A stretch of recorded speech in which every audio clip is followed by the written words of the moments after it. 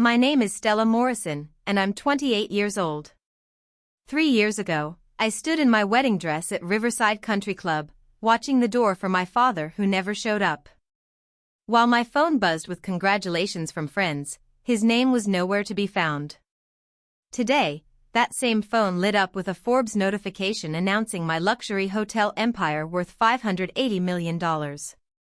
Seconds later, another notification appeared that made my blood run cold. Dad was calling after 3 years of complete silence. I stared at the screen, remembering every moment of humiliation from my wedding day. Some wounds never heal, but money sure makes people forget their principles.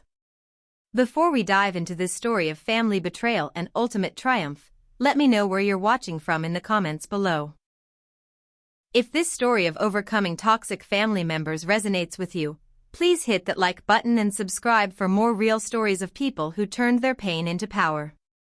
Now, let me take you back to the beginning of this journey that would change everything.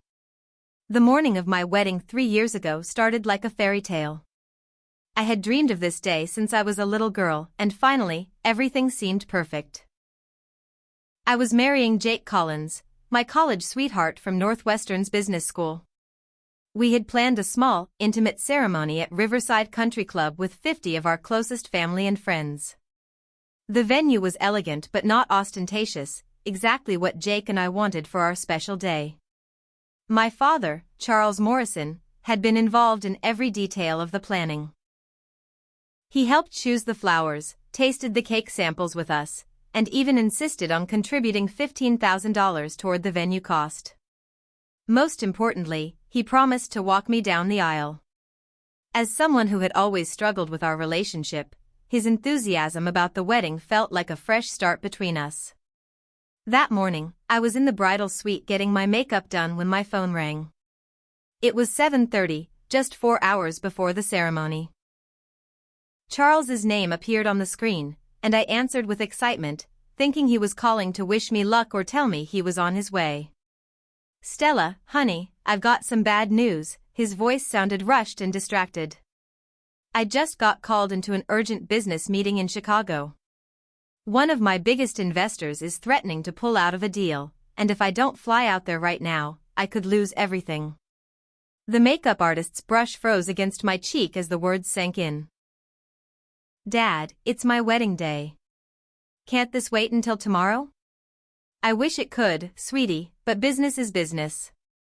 You understand how important this is for the family's financial future. Ryan can walk you down the aisle. He'll do great." My brother Ryan Morrison was only 24 at the time and had always been our father's golden child. While I appreciated that he was willing to step in, it wasn't the same. This was supposed to be my father's moment to show the world that he was proud of me, that despite all our differences, he loved me enough to be there on the most important day of my life. "Dad, you've known about this wedding for 8 months. You helped plan it. You promised me." I could feel tears starting to form, threatening to ruin my carefully applied makeup. "Stella, don't be dramatic. It's just one day. There will be other important days." The dismissive tone in his voice was all too familiar. It was the same voice he used when I tried to share my business ideas with him, the same voice that had dismissed my dreams for years. By the time I hung up, my stepmother Linda Morrison had already heard the news. She knocked on the bridal suite door and entered with my half-sister Chloe Morrison, who was 19 and had always been Daddy's little princess. Linda's expression was sympathetic, but there was something underneath it that felt almost satisfied. "Oh honey, I'm so sorry about Charles," Linda said, though her tone suggested she wasn't particularly surprised. "You know how he is about business. When money calls, everything else becomes secondary." Chloe, dressed in her pale pink bridesmaid dress, rolled her eyes dramatically. "Honestly, Stella, you're being way too sensitive about this. Dad has responsibilities. You can't expect him to drop everything just because you want some perfect storybook wedding." The words stung because they echoed exactly what I feared people would think. That I was being selfish and demanding for wanting my father to prioritize his daughter's wedding over a business meeting. But deep down, I knew this was about more than just scheduling conflicts. This was about Charles Morrison's inability to put anything or anyone above his own interests. My mother Helen arrived shortly after, still beautiful at 52 despite the stress lines that had appeared since her divorce from Charles 8 years earlier. She took one look at my face and immediately understood what had happened. "He's not coming, is he?" she asked gently, and when I shook my head, she wrapped me in the tightest hug. "Sweetheart, I am so sorry. This is exactly the kind of thing he used to do when we were married. I had hoped he might have changed." Helen helped me touch up my makeup while sharing stories about her own wedding day disappointments with Charles. "He missed your high school graduation for a business trip too, remember? I should have warned you, but I kept hoping that maybe this time would be different." The ceremony proceeded as planned, with Ryan walking me down the aisle. He did his best to be supportive, squeezing my hand and whispering encouragement, but I could feel the eyes of Jake's family on us. They were too polite to ask directly, but I heard the whispered questions about where my father was. The shame of having to explain his absence to people who had traveled from 3 different states to celebrate with us was almost unbearable.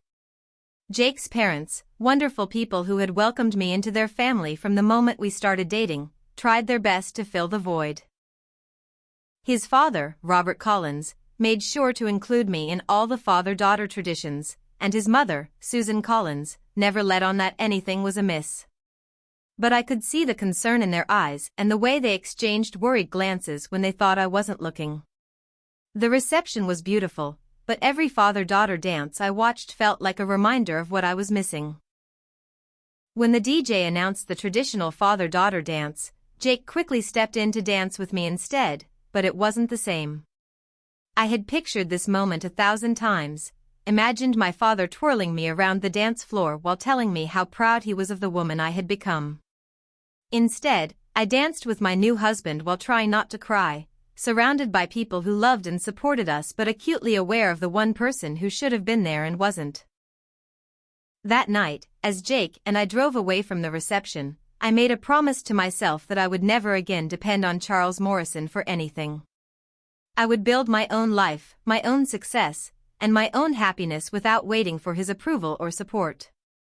Little did I know that this wedding day abandonment was just the beginning of a pattern of betrayal that would ultimately lead to the creation of something bigger and more successful than my father could ever imagine.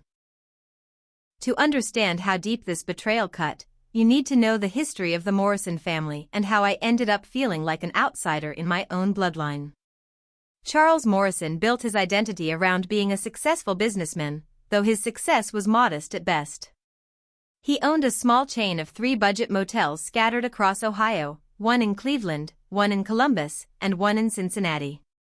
The Morrison Motor Lodge, as they were called, were clean and functional but nothing special. They catered to traveling salesmen, families on tight budgets, and truckers looking for a decent place to rest. Growing up, I spent my summers working at these motels, learning every aspect of the hospitality business from the ground up. I cleaned rooms, worked the front desk, balanced the books, and listened to customer complaints. While other kids my age were at summer camps or lounging by pools, I was scrubbing toilets and changing bed sheets. At the time, I resented it, but looking back, those summers gave me an invaluable education in what it takes to run a hospitality business. My parents' marriage had been rocky for as long as I could remember. Charles was always traveling between the properties, and when he was home, he was either stressed about money or bragging about some new business opportunity that never seemed to materialize. My mother Helen tried to keep the family together, but she was fighting a losing battle against Charles's ego and wandering eye. Everything fell apart when I was 16. Charles had been having an affair with Linda Patterson, a woman 12 years younger who worked as a manager at the Columbus location. The affair had been going on for 2 years before my mother discovered it. I'll never forget the night she confronted him in our living room. Charles didn't even try to deny it. Instead, he told my mother that Linda understood his business ambitions in a way that Helen never had. The divorce was swift and brutal. Charles kept the motels, the house, and most of the assets, while my mother got minimal alimony and the promise that he would pay for Ryan's and my college educations. Within 6 months, Charles married Linda in a small ceremony that Ryan and I were guilted into attending. Within a year, they had Chloe, and suddenly Charles was playing happy family with his new wife and baby daughter. Ryan, being 2 years younger and male, quickly became Charles's favorite project. Our father saw Ryan as the heir to his modest motel empire and began grooming him for leadership from an early age. Ryan got to accompany Charles on business trips, sit in on meetings with vendors, and learn the financial side of the operation. Meanwhile, I was increasingly treated like hired help rather than family. This favoritism became more obvious as we got older. When I pitched ideas for improving the motels, Charles would listen politely and then dismiss them as too expensive or unrealistic. I suggested adding continental breakfasts, upgrading the Wi-Fi, creating loyalty programs, and modernizing the decor. All of these ideas were considered standard in the industry, but Charles preferred to keep things exactly as they had always been. The breaking point came during my senior year of high school. I had worked harder than anyone in my class, maintained a 4.0 GPA, and been accepted to Northwestern University with a partial academic scholarship. The scholarship covered 60% of tuition, but I still needed help with the remaining costs plus room, board, and living expenses. When I approached Charles about college funding, his response was devastating. "Stella, I don't see why girls need expensive educations. You'll probably just get married and have kids anyway. That scholarship money would be better invested in expanding the business for Ryan to inherit." He suggested I attend the local community college instead and maybe study hospitality management so I could help the family business in a support role. The condescension in his voice was unmistakable. He saw my dreams of higher education and business success as cute but ultimately pointless. Determined not to let his narrow-mindedness derail my future, I took on 3 part-time jobs during my senior year. I worked at a local restaurant in the evenings, cleaned offices on weekends, and tutored younger students whenever I could fit it in. Between work, school, and college applications, I barely had time to sleep, but I was determined to prove that I could succeed without his help. Northwestern University became my escape and my salvation. The campus was beautiful, the business program was top-notch, and for the first time in my life, I was surrounded by people who believed in my potential. I thrived academically, making the dean's list every semester while continuing to work part-time to cover my expenses. It was in my entrepreneurship class during sophomore year that I met Jake Collins. He was smart, ambitious, and came from a family that actually supported each other's dreams.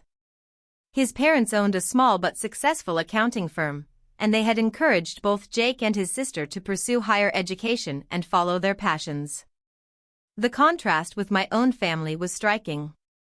Jake and I bonded over late-night study sessions and shared dreams of starting our own business someday.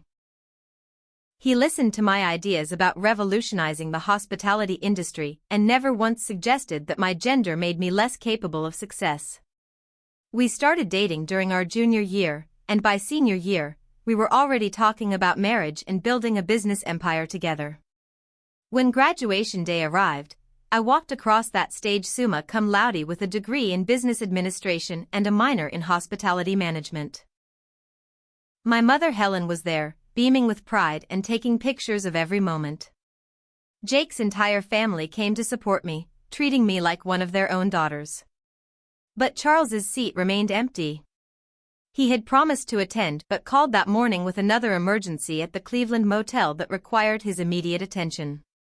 It was the same pattern that would repeat itself on my wedding day, but at the time, I still held out hope that he might change. The final straw came 3 weeks after graduation. I had prepared a comprehensive business plan for expanding the Morrison Motor Lodge chain.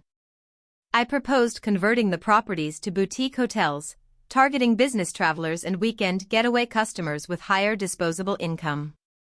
My plan included detailed financial projections, marketing strategies, and a timeline for implementation that would triple the family's revenue within 5 years. Charles agreed to meet with me to discuss the proposal, and I spent weeks perfecting my presentation. When the day came, I arrived at his office dressed professionally and armed with charts, graphs, and market research. I spoke for 30 minutes, outlining every detail of how we could transform the family business into something truly successful. When I finished, Charles leaned back in his chair and smiled the condescending smile I knew so well. "Stella, this is very impressive work, but it's not realistic for our market. We've been successful doing things the same way for 20 years.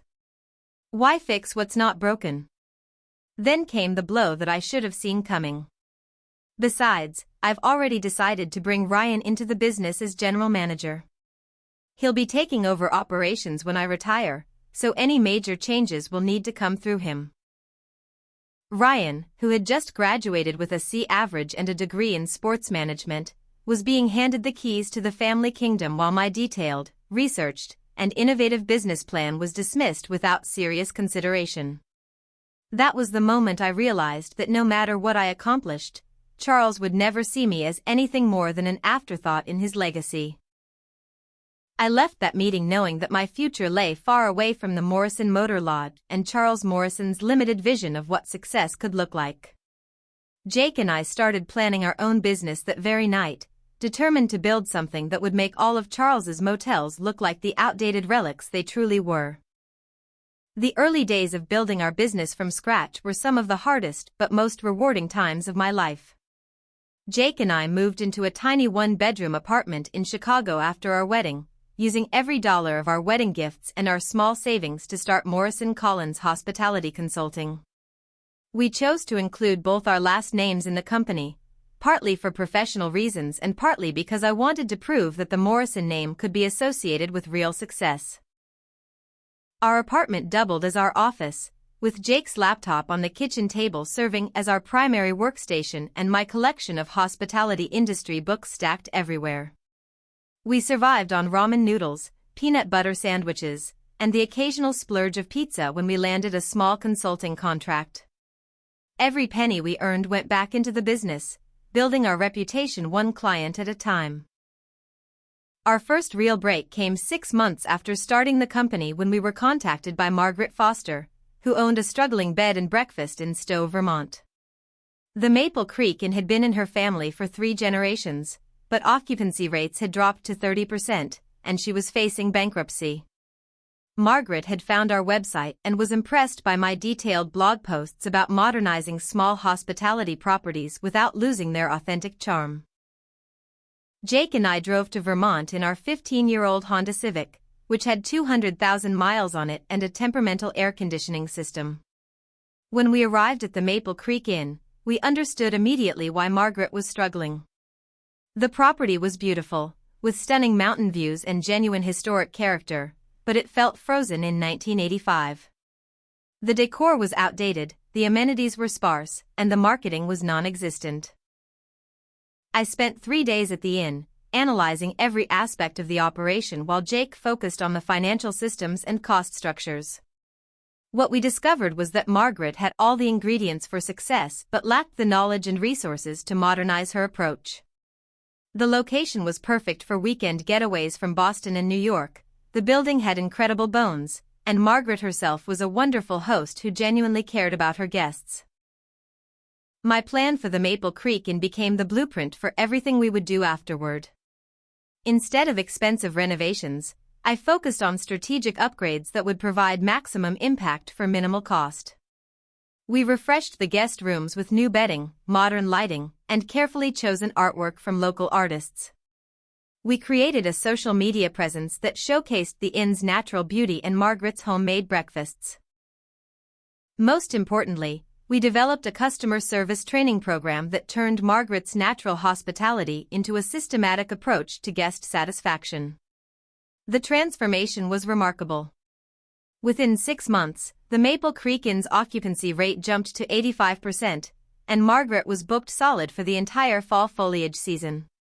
She was so thrilled with the results that she recommended us to other struggling property owners throughout New England. Word of our success began to spread through the small but tight-knit community of independent hospitality operators. We took on projects ranging from boutique hotels in downtown Burlington to lakeside resorts in New Hampshire. Each property taught us something new about the industry, and our reputation for delivering results on tight budgets made us increasingly popular with owners who had been written off by larger consulting firms. It was during this period that my family's dismissive attitude became even more painful. When Charles visited our apartment 9 months after the wedding, his reaction to our success was typically condescending. He walked around our small space, taking in the stacks of client files, the wall covered with before and after photos of our projects, and the modest but growing collection of thank you letters from satisfied clients. "This is all very nice, kids," he said in the tone usually reserved for children playing house, "but when are you going to get serious about making real money? All these fancy ideas and decorations won't pay the bills long term."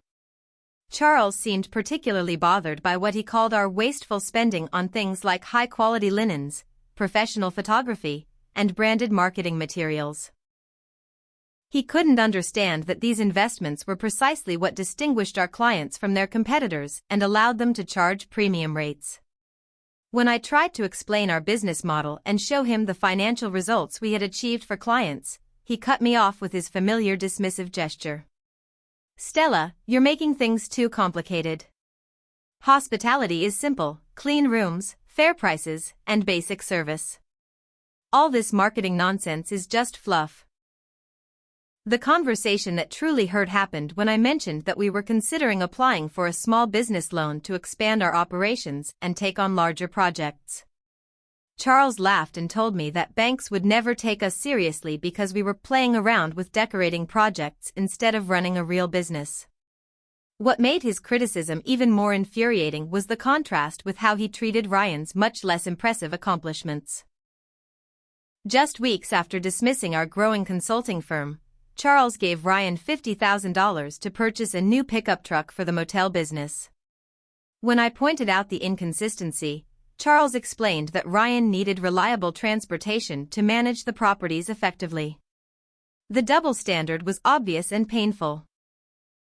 Ryan, who had yet to demonstrate any meaningful business acumen, was being handed resources and opportunities while Jake and I, who were actually succeeding in the marketplace, were treated like irresponsible children playing with toys. The situation with Linda and Chloe was equally frustrating. Linda had taken to making snide comments about our city lifestyle whenever we saw her at family gatherings. She would ask pointed questions about whether we could afford our rent and suggest that we should move back to Ohio where the cost of living was more reasonable for young people just starting out. Chloe, now 20 and attending college on Charles's dime, was even more direct in her criticism. She started posting social media content that indirectly mocked our business, sharing memes about wannabe entrepreneurs and people who think they're too good for family businesses. When confronted, she would claim it was all harmless fun, but the message was clear: our success threatened the family's narrative that Charles was the only real businessman among us. The emotional toll of constantly defending our choices and achievements to people who should have been supporting us began to wear on both Jake and me. We found ourselves questioning decisions that we knew were sound and second-guessing strategies that were clearly working. The constant negativity from my family created a cloud over what should have been an exciting and optimistic time in our lives. It was Jake who finally helped me see the situation clearly. One evening after a particularly frustrating phone call with Charles, Jake sat me down and asked me a simple question: if Charles wasn't your father, would you care what he thought about our business? The answer was obvious. If Charles Morrison was just another small motel owner who didn't understand modern hospitality trends, his opinions would be irrelevant to our success. The fact that he was my father didn't make his limited perspective any more valuable or accurate. That conversation marked a turning point in how I approached my family relationships. Instead of seeking their approval or trying to prove our worth to them, Jake and I focused entirely on building our business and serving our clients. We stopped sharing details about our projects with family members and began treating our success as something private and precious that needed to be protected from their toxicity. The decision to emotionally distance ourselves from Charles, Linda, and Chloe's negativity was incredibly liberating. Our business continued to grow, our reputation in the industry strengthened, and our confidence in our own abilities flourished without the constant undermining from people who claimed to love us but seemed determined to see us fail. By the end of our second year in business, Morrison Collins Hospitality Consulting was managing 12 boutique properties across New England and had a waiting list of potential clients. We had proven that our approach worked, our clients were thriving, and our own financial situation was stable for the first time since college. More importantly, we had learned that sometimes the greatest gift a toxic family can give you is the motivation to succeed despite their lack of support. Charles Morrison's dismissive attitude and Linda's snide comments had pushed us to work harder, think more creatively, and build something that was entirely our own creation. Just as our business was hitting its stride and gaining recognition in the hospitality industry, my father decided to remind me exactly why I couldn't trust him.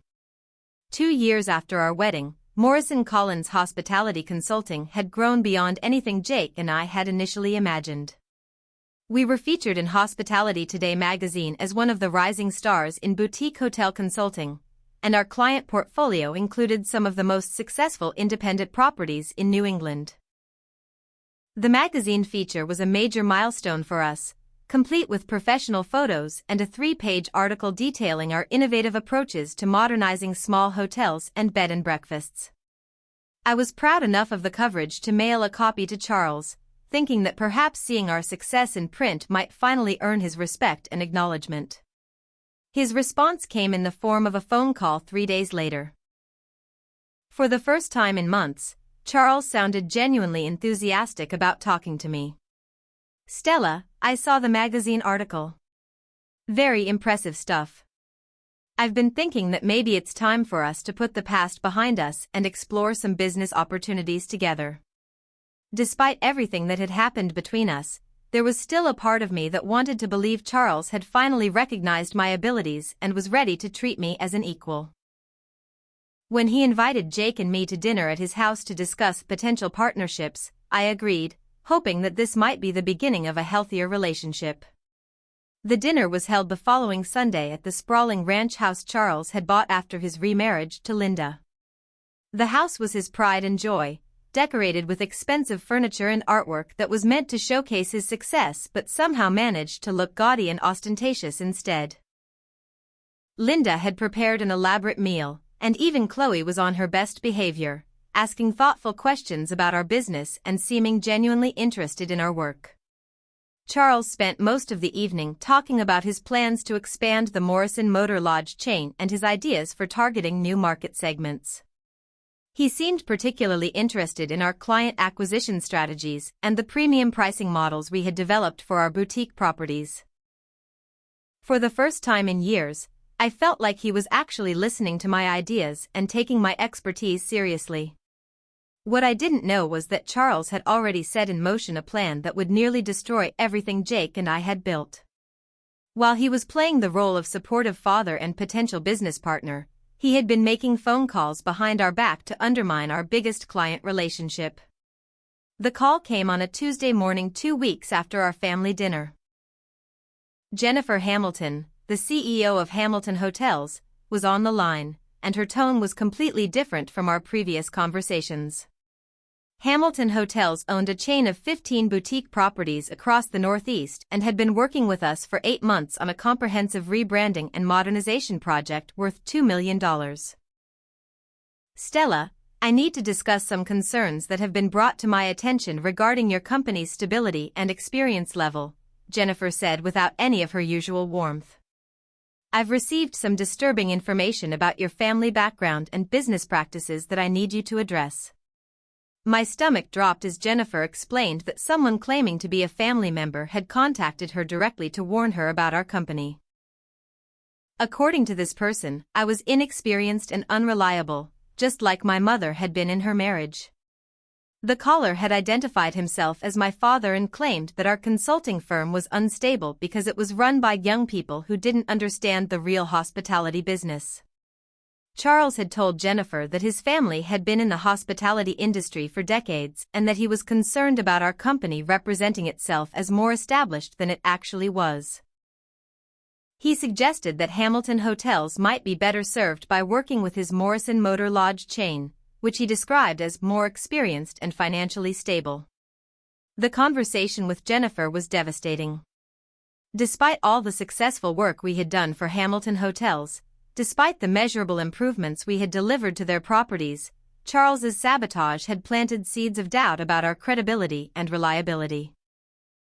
Jennifer didn't cancel our contract immediately, but she put all future projects on hold pending a review of our business practices and financial stability. When I confronted Charles about his betrayal, his response was even more infuriating than the sabotage itself. "Stella, I was just trying to protect a fellow business owner from making a costly mistake. You're not experienced enough to handle a project that size, and I thought it was my responsibility as your father to speak up." He claimed that he was acting in everyone's best interests and that he had actually done us a favor by preventing us from taking on more than we could handle. The condescending tone and complete lack of remorse made it clear that Charles viewed our success as a threat to his own position rather than something to be proud of.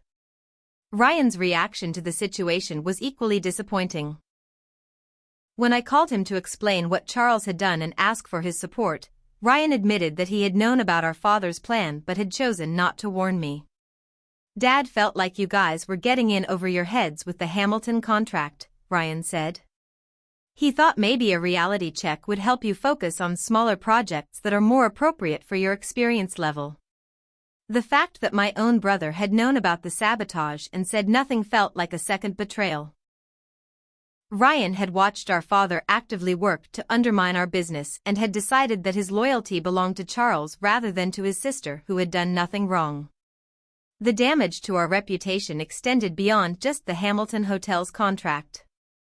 Linda and Chloe had taken their campaign of undermining to social media and local business networks, spreading rumors about our business practices and suggesting that our success was based on false advertising rather than real results.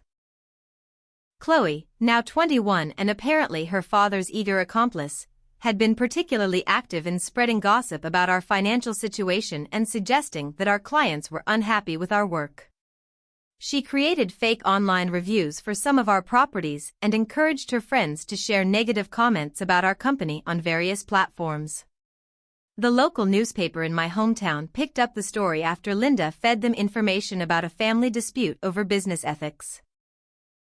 The article portrayed Charles as a concerned father trying to protect the community from his daughter's questionable business practices.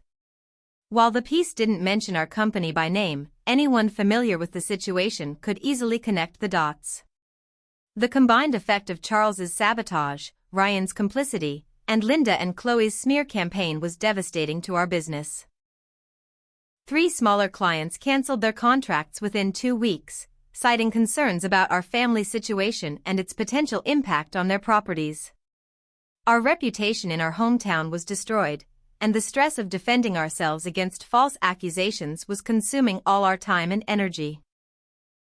Jake, who had always been supportive and optimistic about our future, began suggesting that we should consider relocating our business to a different market where my family's influence couldn't reach us.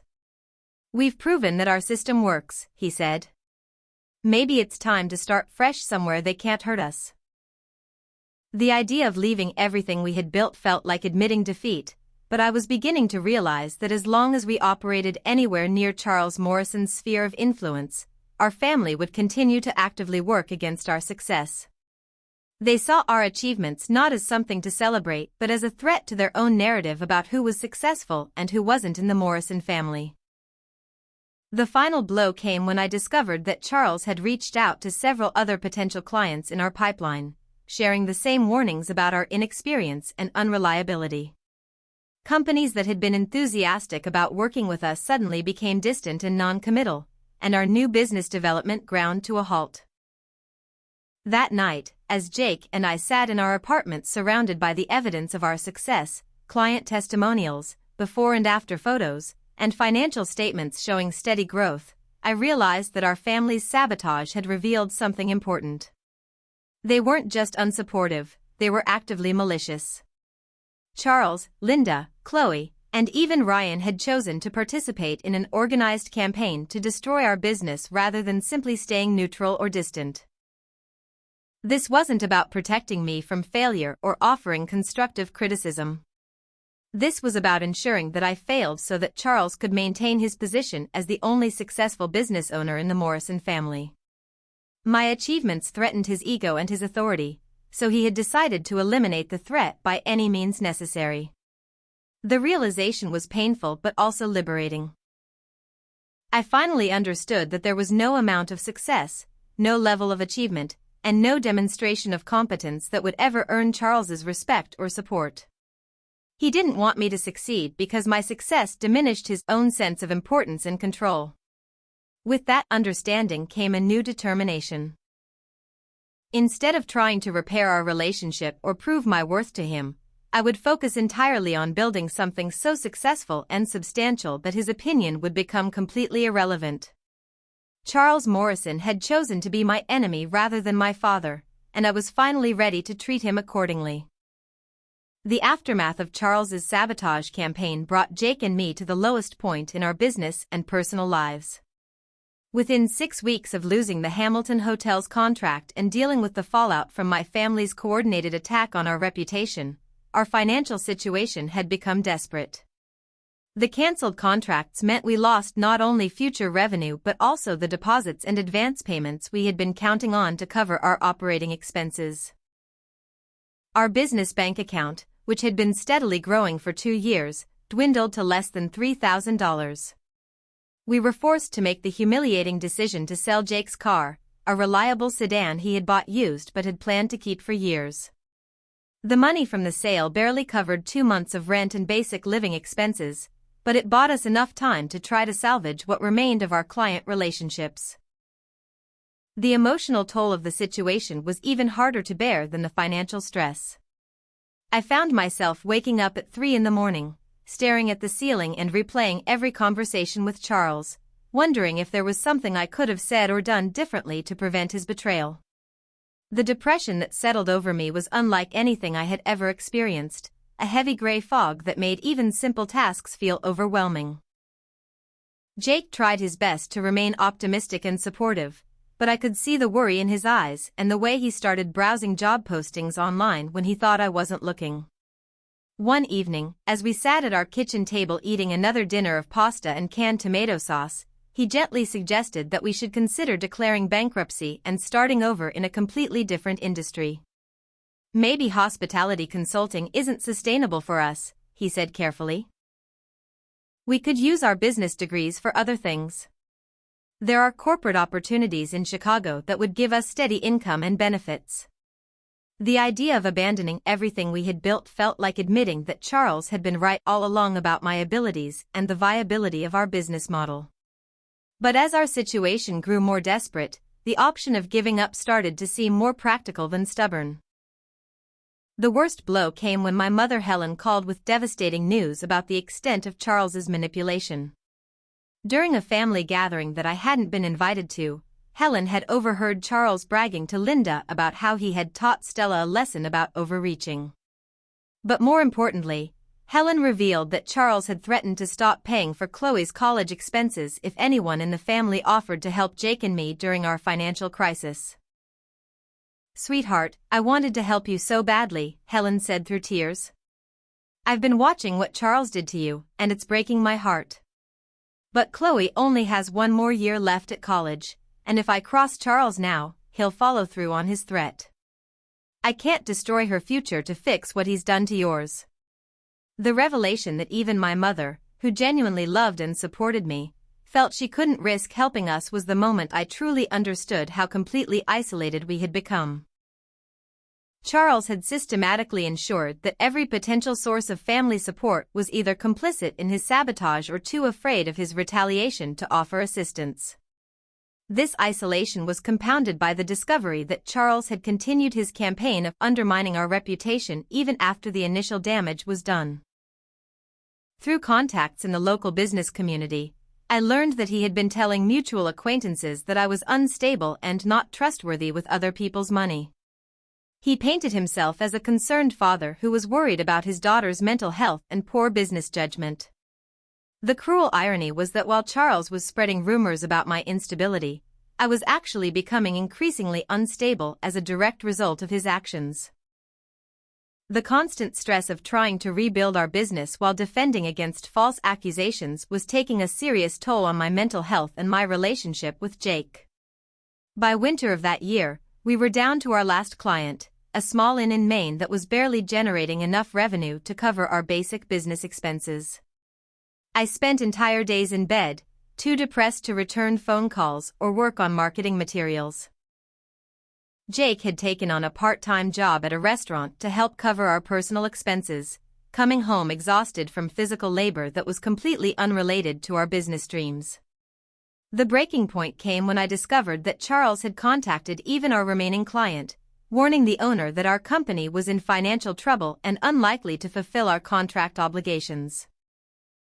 Although the main inn owner chose to stick with us, the fact that Charles was still actively trying to destroy what little remained of our business sent me into a complete emotional breakdown.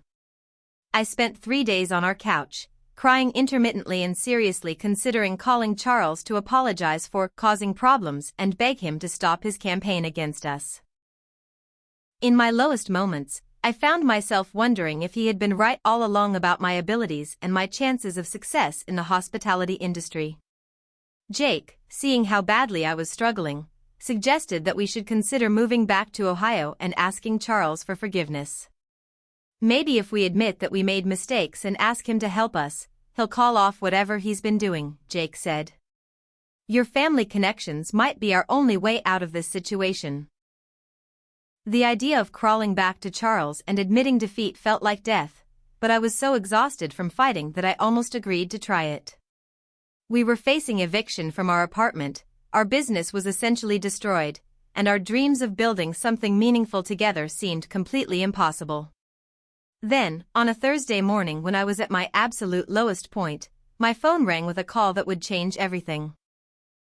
The caller ID showed a number I didn't recognize, and I almost didn't answer because I assumed it was another creditor or someone calling about a canceled contract. The woman on the phone introduced herself as Victoria Chen, and she explained that she was an investor who specialized in hospitality properties throughout the western United States. She had read about our work in the Hospitality Today article from months earlier and had been following our company's progress through industry contacts. I've been hearing some concerning rumors about your business situation, Victoria said in a direct but kind voice. But I've also been hearing from people who worked with you that you delivered exceptional results for their properties. I'm wondering if you'd be interested in discussing a potential partnership opportunity. Victoria explained that she had been looking for a consulting team to help her develop a chain of luxury boutique hotels in mountain resort areas throughout Colorado and Utah. She needed people who understood how to create authentic, locally inspired experiences while maintaining the operational efficiency required for profitability. I'll be honest with you, Victoria continued. I've heard that you're dealing with some family interference in your business. I've seen that kind of toxicity before, and I know how destructive it can be. But I'm more interested in your track record of results than in whatever drama is happening in your personal life. The conversation with Victoria was the first ray of hope I had felt in months. She wasn't interested in gossip or family politics. She wanted to know about our methodology, our success rates, and our vision for the future of boutique hospitality. For the first time in months, someone was treating me like a competent business professional rather than a problematic family member. Victoria offered to fly Jake and me to Denver for a meeting the following week, and she made it clear that she was prepared to move quickly if we were interested in working together. I've been researching this opportunity for 2 years, she said. If you're the right team for this project, I'm ready to move forward immediately. As I hung up the phone, I felt something I hadn't experienced since Charles's sabotage campaign began, genuine excitement about the future. This could be our chance to escape the toxic environment my family had created and build something bigger and better than anything we had imagined.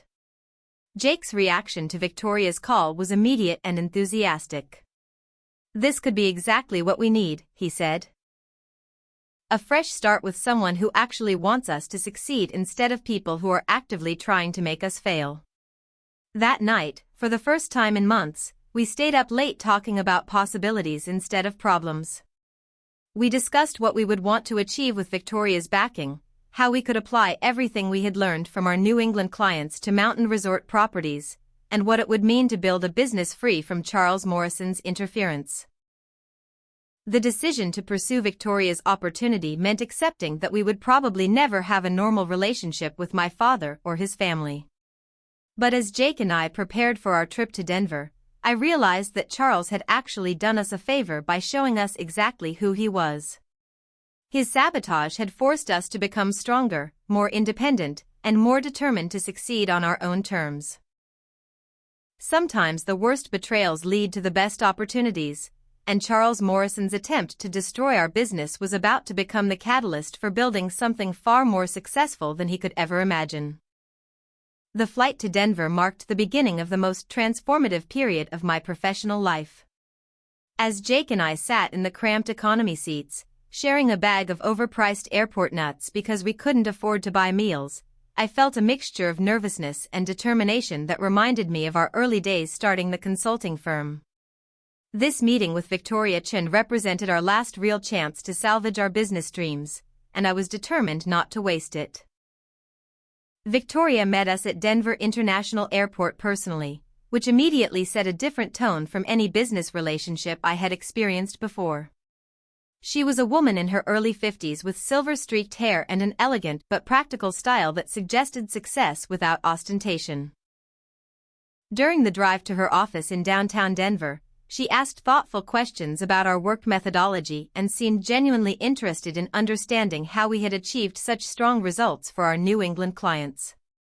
Her office was located in a beautifully renovated historic building with exposed brick walls and modern amenities that perfectly captured the kind of authentic luxury we had been trying to create for our boutique hotel clients. As we sat in her conference room overlooking the Rocky Mountains, Victoria laid out her vision for what would eventually become the foundation of our empire. "I've been acquiring distressed properties in mountain resort communities for 3 years," Victoria explained, spreading out maps and property photographs across the conference table. "Most of these are historic hotels that have incredible bones but have been neglected or mismanaged for decades. I believe there's a huge market for authentic luxury experiences in these locations, but only if they're executed properly." The properties she showed us were exactly the kind of challenge that excited me most: a 1920s Grand Hotel in Aspen that had been closed for 5 years, a former railroad lodge in Telluride that needed complete modernization, and a collection of vintage cabins in Park City that could be transformed into a unique resort experience. Each property had distinctive character and stunning natural settings, but they all required the kind of thoughtful renovation and repositioning that had become our specialty. Victoria's approach to business was refreshingly straightforward. She had the financial resources to fund major renovations, but she needed a team that could ensure the projects would be both authentic to their locations and profitable in competitive resort markets. She had interviewed several established consulting firms, but they had all proposed generic luxury hotel concepts that would have destroyed the property's unique character. "What impressed me about your work in New England," Victoria said, "is that you understand how to modernize properties without losing their soul. These mountain communities have enough generic resort hotels. I want to create something that feels like it belongs in its environment and tells the story of its place." The partnership she proposed was more comprehensive than anything Jake and I had imagined. Victoria would provide the capital for purchasing and renovating properties, while our company would handle all aspects of concept development, design coordination, operational planning, and staff training. Instead of working as outside consultants, we would become integral partners in building a new kind of hospitality company. The financial terms were generous but tied directly to performance metrics. We would receive base compensation for our consulting work plus equity stakes in each property that would grow based on occupancy rates, revenue per room, and customer satisfaction scores.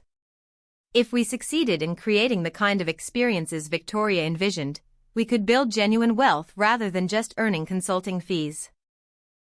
The first project Victoria wanted us to tackle was the Aspen property, a magnificent but crumbling hotel called the Alpine Grand that had been the jewel of the resort community during its 1920s heyday. The building had incredible architectural details and commanded a prime location just steps from the main skiing area, but it needed millions of dollars in renovations and a complete reconceptualization of its market positioning. Jake and I spent a week in Aspen, exploring the property and researching the local market. The Alpine Grand had originally been built as a destination for wealthy railroad families, and its public spaces still retained the grandeur of that era. However, decades of deferred maintenance and misguided modernization attempts had left it feeling tired and confused about its identity. My vision for the Alpine Grand focused on celebrating its authentic history while incorporating modern luxury amenities that today's travelers expected. We would restore the original architectural details, create intimate gathering spaces that encouraged social interaction, and develop partnerships with local artisans and food producers to create experiences that couldn't be replicated anywhere else. The design process became an intensive collaboration between our team, Victoria, and a network of craftspeople and artists from throughout Colorado. Instead of hiring a major hotel design firm, we worked directly with local architects who understood mountain construction and regional materials. Every element of the renovation was chosen to support the story we wanted to tell about the property's place in Aspen's history and its connection to the surrounding landscape. The renovation of the Alpine Grand took 18 months and cost $8 million, but the results exceeded even Victoria's ambitious expectations. We reopened the hotel with 42 guest rooms and suites, each uniquely designed but sharing a common aesthetic that felt both luxurious and authentically connected to its mountain setting. The local and national hospitality press coverage of our reopening was overwhelmingly positive. Travel and Leisure magazine featured the Alpine Grand in their annual Best New Hotels issue, and Condé Nast Traveler included us in their list of hotels that get it right. More importantly, we achieved 93% occupancy during our first full season, with average daily rates that were 30% higher than comparable properties in the area. The success of the Alpine Grand validated everything Victoria, Jake, and I had believed about the market for authentic luxury experiences. Guests weren't just booking rooms, they were buying into a story about place, history, and connection to the natural environment. Our guest satisfaction scores were consistently above 90%, and our repeat visitor rate was higher than industry standards. With the Alpine Grand's success establishing our credibility in the mountain resort market, Victoria was ready to move forward with the next phase of expansion. We had proven that our approach could work in the most competitive luxury market in Colorado, and there were dozens of similar properties throughout the Rocky Mountains waiting for the right team to unlock their potential. During this period of intense focus on building our business, the contrast with my family's situation became increasingly apparent. While we were featured in national publications and building genuine wealth through successful hotel operations, Charles's Morrison Motor Lodge chain was struggling with declining occupancy and outdated facilities.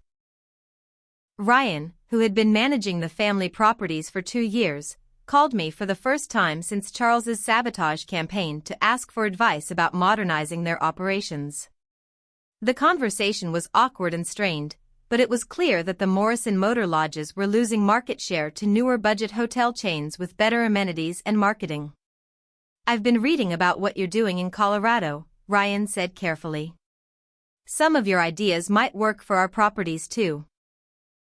Maybe we could talk about ways to update our approach." I politely declined to provide free consulting to the family business that had actively tried to destroy my career. "Ryan, I'm sure you'll figure out what works best for your market," I said. "There are lots of hospitality consultants who specialize in budget properties." The irony of the situation wasn't lost on me. Charles had sabotaged our business to protect his position as the family's hotel expert, but his own properties were failing while our company was thriving in a much more competitive market. His attempts to undermine our success had ultimately forced us to build something far more impressive than we might have achieved without his interference. As we moved forward with our second and third property renovations in Telluride and Park City, I realized that Charles Morrison's sabotage had been the best thing that ever happened to our business. His betrayal had pushed us out of the small New England market where we might have remained comfortable but limited, and into partnership with Victoria Chin, who had the vision and resources to build something truly significant. More importantly, Charles's actions had taught me that success was the best revenge. Instead of wasting energy trying to repair our relationship or prove my worth to him, I had focused entirely on building something undeniably successful. The Alpine Grand's success was featured in the same industry publications that Charles read religiously, and there was no way for him to dismiss or minimize our achievements. By the end of our second year working with Victoria, we were managing 5 luxury properties with a combined value of over $40 million.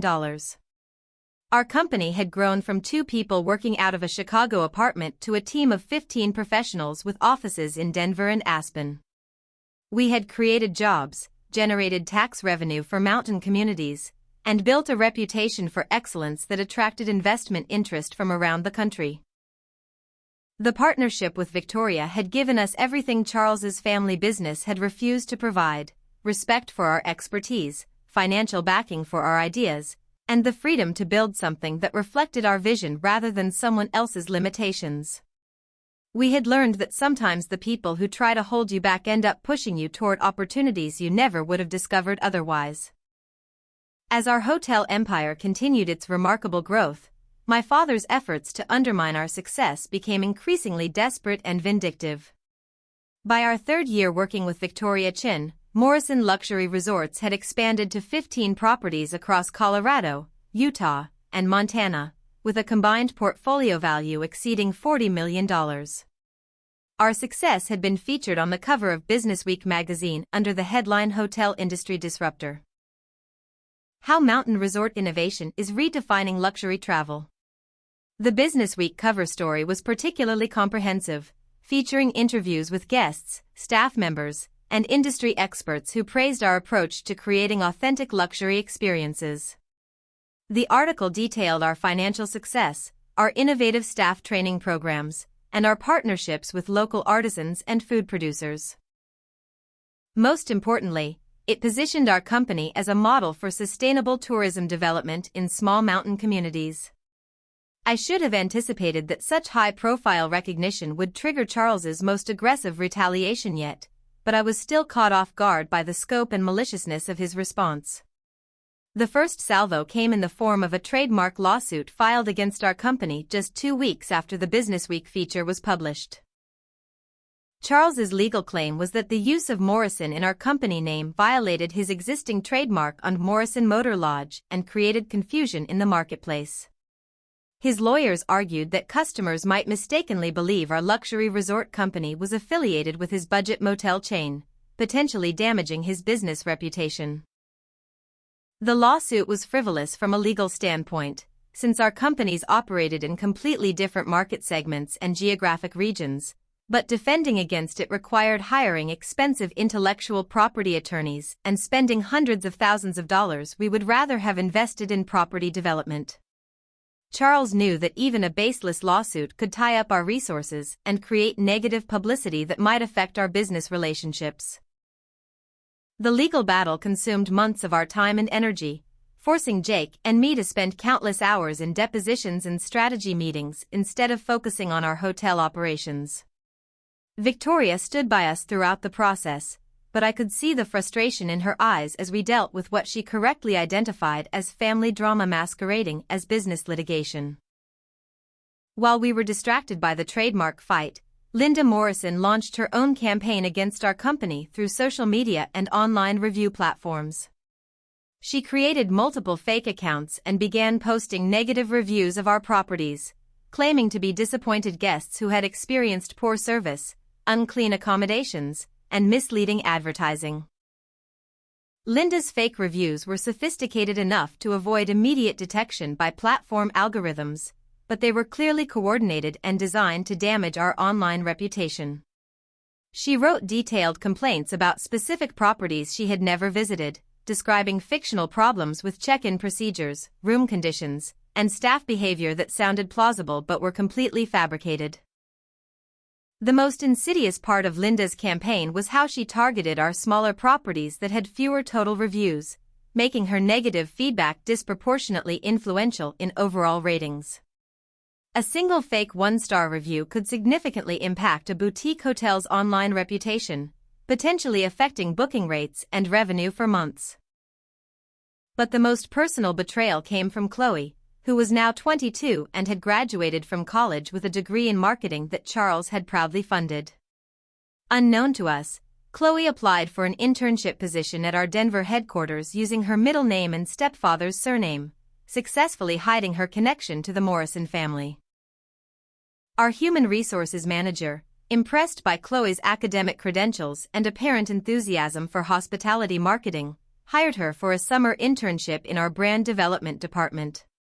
For 6 weeks, Chloe worked alongside our team, participating in strategy meetings, reviewing confidential financial documents, and gaining access to proprietary information about our expansion plans and operational procedures. Chloe's performance as an intern was actually quite good, which made her betrayal even more shocking when we discovered it. She was creative, hardworking, and seemed genuinely interested in learning about luxury hospitality marketing.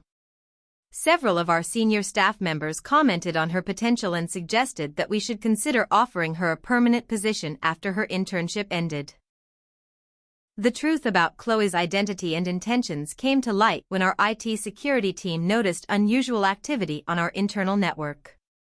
Someone with intern-level access credentials had been downloading confidential documents and forwarding copies to external email addresses. When we traced the activity back to Chloe's workstation, we found evidence that she had systematically copied our client lists, financial projections, operational manuals, and strategic planning documents. The confrontation with Chloe in our conference room was one of the most painful moments of my professional life. When presented with evidence of her corporate espionage, she initially tried to deny any wrongdoing, claiming that she had only been learning about the industry and sharing interesting information with friends who were studying hospitality. But when our IT team showed her the security footage of her secretly photographing documents with her personal phone and the email logs showing regular communication with Charles's business email address, Chloe finally admitted the truth. Charles had orchestrated the entire spy operation, providing Chloe with specific information to gather and coaching her on how to avoid detection. "Dad said you guys were stealing business ideas from other hotel companies and that someone needed to expose what you were really doing," Chloe said, her voice defiant despite being caught in an obvious lie. "He was protecting the hospitality industry from your fraudulent business practices." The revelation that my own half-sister had spent weeks pretending to be someone else in order to steal confidential information about our business was devastating. Chloe had sat in meetings where we discussed our dreams and challenges, had shared meals with our staff, and had listened to detailed explanations of our work methodology, all while secretly gathering intelligence for her father's campaign against us. Even more disturbing was discovering that several of our competitors had mysteriously developed marketing strategies and service innovations that closely resembled proprietary concepts Chloe had accessed during her internship. Charles had apparently shared our stolen intellectual property with other hotel operators, possibly in exchange for their cooperation in undermining our business relationships. The industrial espionage represented a new level of vindictiveness that went far beyond family conflict into criminal behavior. We had security footage, email evidence, and witness testimony proving that Charles had used Chloe to steal confidential business information. Our lawyers advised us that we had grounds for both civil and criminal prosecution. The decision to pursue legal action against my own family was agonizing, but the scope of their betrayal left us no choice. This wasn't about personal hurt feelings or family dynamics, it was about protecting our employees, our business partners, and the investors who had trusted us with their money. Charles and Chloe had crossed the line from unsupportive family members into active criminals. The counter-lawsuit we filed against Charles's businesses included charges of trademark abuse, defamation, intentional interference with business relationships, and conspiracy to commit industrial espionage. We also filed criminal complaints with local authorities regarding the theft of proprietary information and identity fraud. The legal battle consumed nearly 18 months of our lives and cost both sides enormous amounts of money in attorney fees and court costs. But more damaging to Charles than the financial expense was the publicity surrounding the case. Local and industry publications covered the story extensively, painting him as a vindictive father who had used his own daughter to commit corporate espionage against his successful child's business. The stress of fighting both a trademark lawsuit and a criminal investigation while managing a rapidly growing business pushed Jake and me to our limits. There were days when we seriously considered selling our company to Victoria outright and walking away from the hospitality industry entirely. The constant legal drama was affecting our staff morale and making it difficult to focus on the creative and operational challenges that had always energized us. But Victoria Chin, who had become more than a business partner, helped us maintain perspective during the darkest moments of the legal battle. "Your father is trying to make you give up by making success too painful to pursue," she told us during one particularly difficult week. "The best way to defeat that strategy is to keep building something so successful that his opinion becomes completely irrelevant." Victoria's advice proved to be exactly what we needed to hear. Instead of allowing Charles's attacks to slow our growth, we used the publicity from our legal victory to attract additional investors and expand more aggressively than we had originally planned. The Businessweek article and the subsequent media coverage of our family legal battle had actually increased awareness of our brand and generated interest from potential partners throughout the western United States. By the time the legal proceedings concluded in our favor, Morrison Luxury Resorts had grown to 22 properties and employed over 300 people across 6 states. We had proven that no amount of family sabotage could derail a business built on genuine value and operational excellence. Charles Morrison's attempts to destroy our success had instead forced us to become stronger, more focused, and more determined than we ever would have been without his interference. The resolution of our legal battle with Charles marked the beginning of the most explosive growth period in our company's history. Not only did we win both the trademark case and the industrial espionage lawsuit, but the court ordered Charles to pay our legal fees and issue a public apology acknowledging that his claims against our company had been false and malicious. The public apology, which was required to be published in the same industry publications where Charles had spread rumors about our business, was a complete vindication of our integrity and competence. Morrison Luxury Resorts operates with the highest standards of business ethics and professional excellence, the court-ordered statement read. My previous statements questioning their business practices were unfounded and I regret any harm caused to their reputation. More satisfying than the apology was the financial settlement we received for damages caused by Charles's defamation and interference with our business relationships. The court awarded us $1.2 million in compensatory damages plus an additional $800,000 in punitive damages designed to deter similar behavior in the future. Instead of keeping the settlement money as personal compensation, Jake and I made the strategic decision to reinvest every dollar into aggressive expansion of our hotel portfolio. Victoria Chen, impressed by our commitment to growth over personal enrichment, arranged additional financing that allowed us to pursue the largest acquisition opportunity in our company's history. The target was Rocky Mountain Resorts, a struggling chain of 12 properties throughout Colorado and Wyoming that had been mismanaged by a corporate hospitality company based in New York. The properties were located in prime resort markets but had suffered from generic branding, poor maintenance, and disconnected management that had no understanding of mountain community culture. The acquisition required $45 million in initial capital plus commitments for another $20 million in renovation and rebranding costs. It was by far the largest business transaction Jake and I had ever contemplated, but the opportunity to nearly double our portfolio while gaining access to established properties in key markets was too significant to pass up. Victoria structured the financing as a combination of private investment, bank loans, and equity partnership that positioned our company for eventual public offering. If we execute this acquisition successfully, she explained during the negotiation process, Morrison Luxury Resorts will become the dominant independent luxury hotel operator in the Rocky Mountain region. The due diligence process for the Rocky Mountain Resorts acquisition was exhaustive, requiring teams of accountants, lawyers, and operational specialists to evaluate every aspect of the target company's assets and liabilities.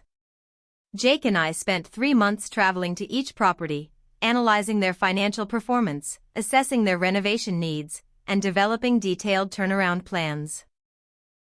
What we discovered was that Rocky Mountain Resorts had accumulated significant debt while allowing their properties to deteriorate, but the underlying real estate assets were extremely valuable and the locations were exactly where we wanted to expand our operations. With proper management and strategic investment, these 12 properties could generate revenue and profit margins that would transform our company's financial position. The acquisition closed on a snowy December morning in Denver, with Victoria, Jake, and me signing hundreds of pages of legal documents that officially made us the owners of a hospitality empire worth over $65 million. As we walked out of the law office, I realized that our company had grown from 2 people with a dream into one of the largest independent luxury hotel operators in the western United States. The integration and renovation of the Rocky Mountain Resorts properties became the most complex project we had ever managed, requiring coordination of construction crews, design teams, and operational staff across 12 different locations simultaneously. We developed a systematic approach that allowed us to renovate and rebrand 3 properties at a time while maintaining operations at the others, minimizing revenue disruption during the transition period. The transformation results exceeded even our most optimistic projections. Within 18 months of completing the acquisition, our average daily room rates across all properties had increased by 42%, occupancy rates had improved to over 85% system-wide, and guest satisfaction scores consistently ranked in the top 5% of luxury hotels nationwide. The financial success of our expansion caught the attention of major institutional investors who specialized in hospitality real estate investment trusts. Several private equity firms approached us about potential partnerships or acquisition offers, but Victoria, Jake, and I decided that we wanted to maintain control of our company while accessing public capital markets to fund additional growth. The decision to take Morrison Luxury Resorts public required another year of financial preparation, regulatory compliance, and investor presentations, but the initial public offering was one of the most successful hospitality IPOs in recent history. We raised $200 million in new capital while retaining majority ownership of the company we had built from nothing.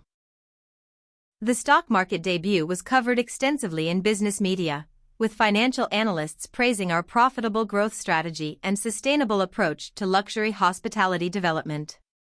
Forbes magazine featured our story under the headline "From Wedding Day Abandonment to Wall Street Success," detailing how family betrayal had motivated us to build one of the most valuable independent hotel companies in the country. The Forbes article estimated the total value of Morrison Luxury Resorts at $580 million, making Jake and me among the youngest people ever to build a publicly traded hospitality company. More importantly, our success had created jobs for over 800 employees and generated significant economic impact for small mountain communities throughout the Rocky Mountain region. The contrast with Charles Morrison's business situation during this period was stark and undeniable. While we were celebrating our stock market success and planning further expansion, his Morrison Motor Lodge chain had lost 2 of its 3 properties to foreclosure. The combination of declining occupancy rates, deferred maintenance costs, and legal expenses from our unsuccessful lawsuit had pushed his business to the edge of bankruptcy. Ryan Morrison, who had been struggling to manage the family properties for 5 years, finally swallowed his pride and called to ask if there might be a position for him with our company. The conversation was awkward but civil, with Ryan acknowledging that he had made mistakes in supporting Charles's campaign against us. "I see what you've built, and I realize now that Dad was wrong about your abilities," Ryan said. "I know I don't deserve consideration after what happened, but I've learned a lot about hotel operations, and I'd be willing to start at any level if you'd give me a chance." I appreciated Ryan's honesty about his past mistakes, but I politely declined to hire him. Our company had been built by people who believed in our vision from the beginning, and adding someone with a history of disloyalty would have been unfair to the loyal employees who had helped us succeed. "Ryan, I hope you find a position where you can use your experience effectively," I told him. "There are lots of hospitality companies that would value your background with budget properties." The final validation of our success came when Morrison Luxury Resorts won the International Hospitality Excellence Award for Innovation in Sustainable Tourism Development. The award recognized our industry-leading environmental practices, our partnerships with local communities, and our contribution to economic development in rural mountain areas.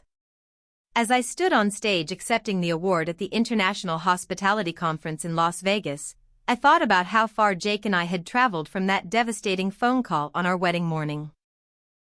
Charles Morrison's abandonment and subsequent betrayal had forced us to become stronger, more determined, and more successful than we ever could have been with his support. The awards ceremony was attended by over 2,000 hospitality industry professionals from around the world, and our acceptance speech was covered by trade publications and business media outlets. Standing there in front of our peers, being recognized for excellence by the industry's most respected organizations, I realized that Charles Morrison's opinion had become completely irrelevant to our success. We had built something substantial and meaningful that would exist long after our family conflicts were forgotten. Morrison Luxury Resorts employed hundreds of people, generated millions in tax revenue, and created memorable experiences for thousands of guests every year. Our success was measured not just in financial terms but in the positive impact we had on communities and the hospitality industry as a whole. The revenge was complete, but it had evolved into something much more satisfying than simple vindication. We had proven that success really is the best response to betrayal, and that sometimes the people who try to hold you back end up pushing you toward achievements you never would have imagined possible. 3 years after winning the International Hospitality Excellence Award, I found myself sitting in my Denver office on a crisp Monday morning, reviewing the Forbes article that had just been published about Morrison Luxury Resorts reaching a valuation of $580 million.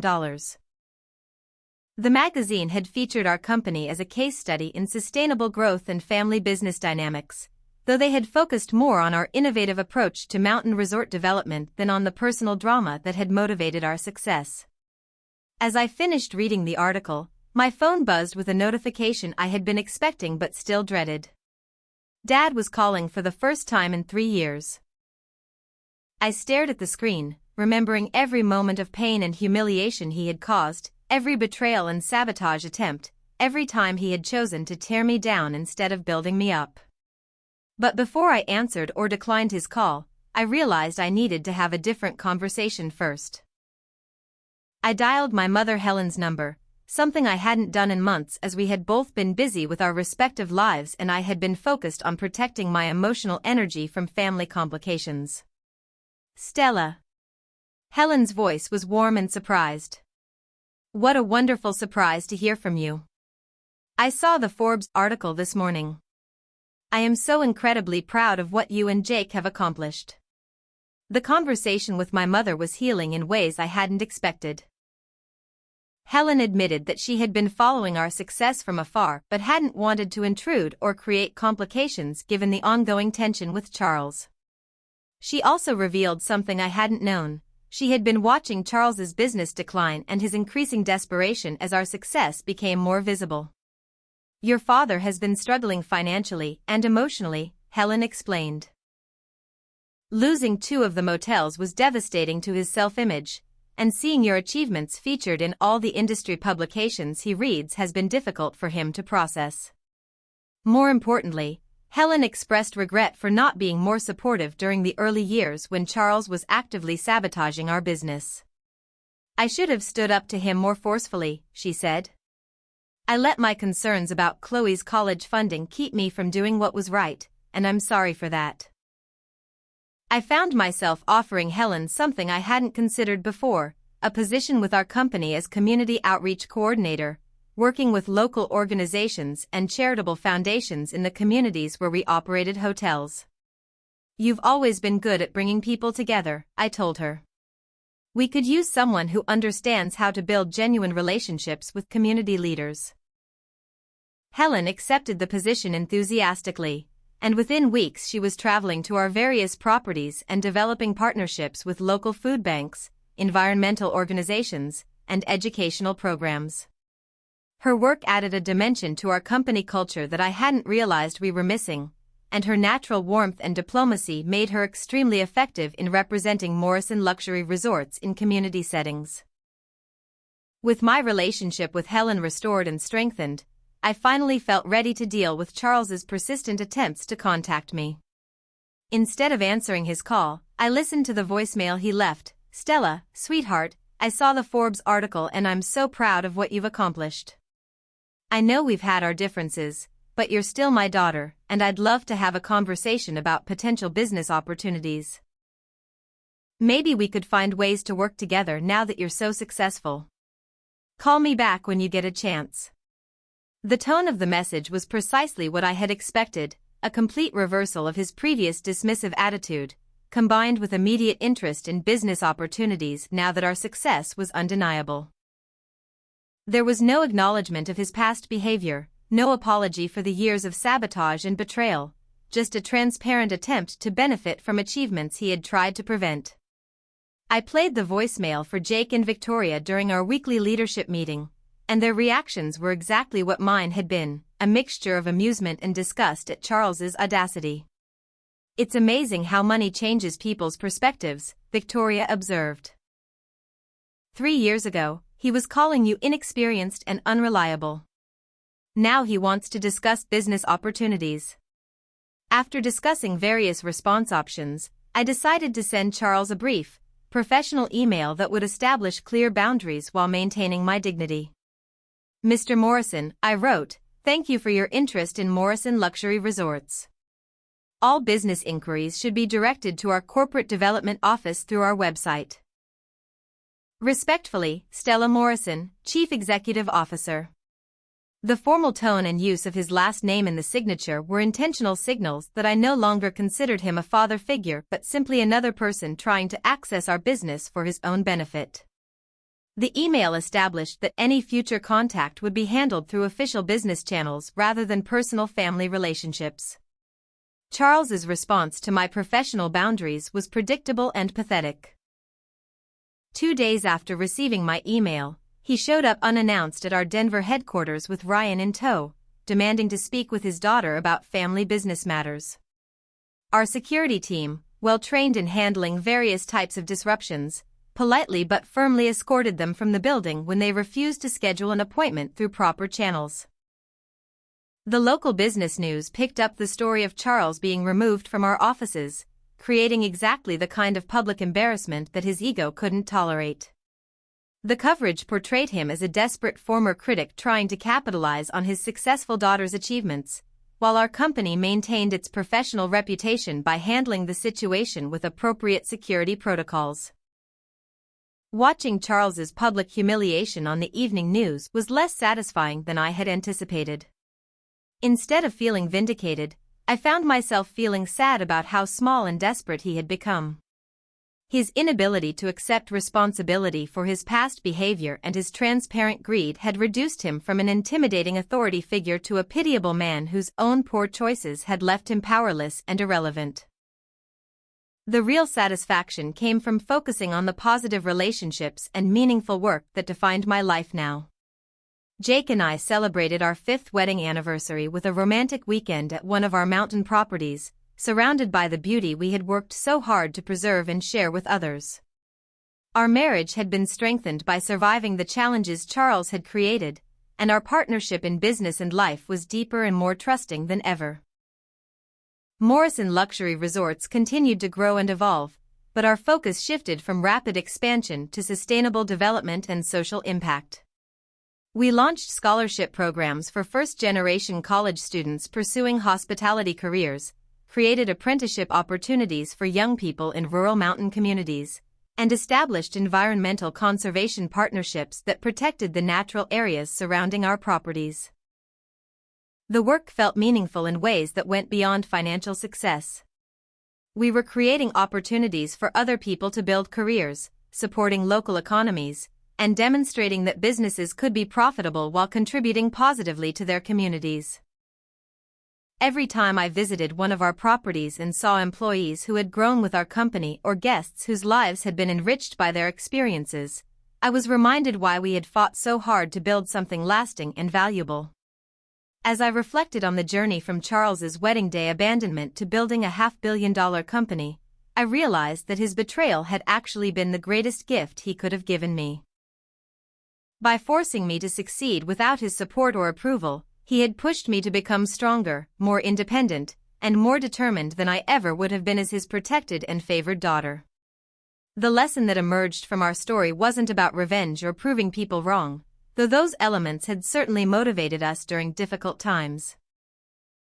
The real lesson was about the power of building something meaningful with people who genuinely support your success rather than trying to win over people who are determined to see you fail.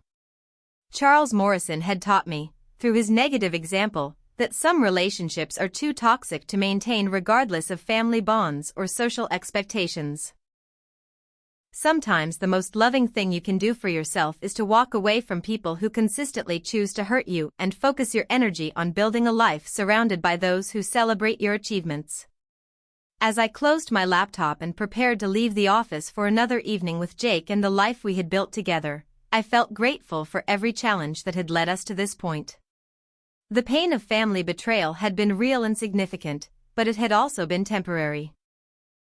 The success, relationships, and sense of purpose we had created were lasting and meaningful in ways that went far beyond any individual person's approval or disapproval. Sometimes the family that abandons you does you the greatest favor by forcing you to become strong enough to build your own empire.